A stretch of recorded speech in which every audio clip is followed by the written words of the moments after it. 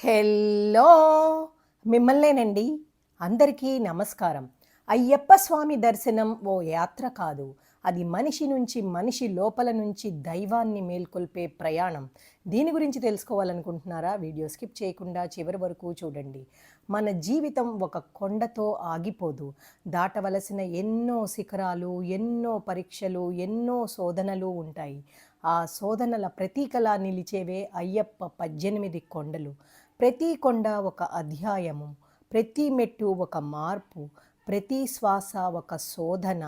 పొన్నాంబళమేడు ధర్మ ప్రారంభం, గౌదవమల అహంకారాన్ని దాటి ముందుకెళ్లే శక్తి, నాగమల మనసులోని విషాలు విడిచే స్థలం, సుందరమల అంతరంగ సౌందర్యానికి నిదర్శనం, చిట్టాంబలమల మన బాధలకు భద్రత, దైలాదుమల ఆత్మజ్ఞానం వైపు ద్వారం, శ్రీపాదమల దైవకృప పాదస్పర్శలా అనిపించే భూమి, కలిగిమల గర్వాన్ని తొలగించే గిరి, మాతాంగమల మనసులో భక్తి రంగులు నింపే శక్తి, దేవరమల దైవత్వాన్ని నింపే పర్వతం, నీల్కల్మల భావాలను శుభ్రపరిచే ప్రవాహం, దాలపార్మల జీవన మార్గాలు మార్చే ప్రదేశం, నీలిమల నీలాకాశంలా మనసును విశాలం చేసే భూమి, కరిమల కర్మలను కరిగించే శక్తి, పుత్తు సెరిమల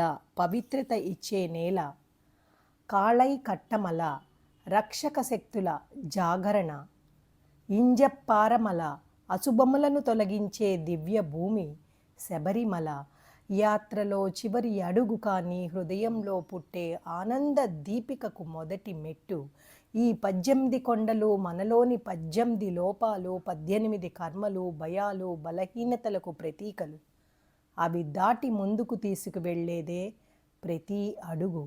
మన హృదయ శిఖరంపై వెలిగే జ్యోతి 18 కొండలు దాటి ప్రతి స్వామి తిరిగి వచ్చేసరికి అదే జ్యోతిని తీసుకురాగలడు. అందరూ ఒకసారి చెప్పండి, స్వామియే శరణం అయ్యప్ప. మీకు నచ్చినట్లయితే లైక్ చేయండి, షేర్ చేయండి, సబ్స్క్రైబ్ చేయండి. మీతో అనురాధ కంచర్ల.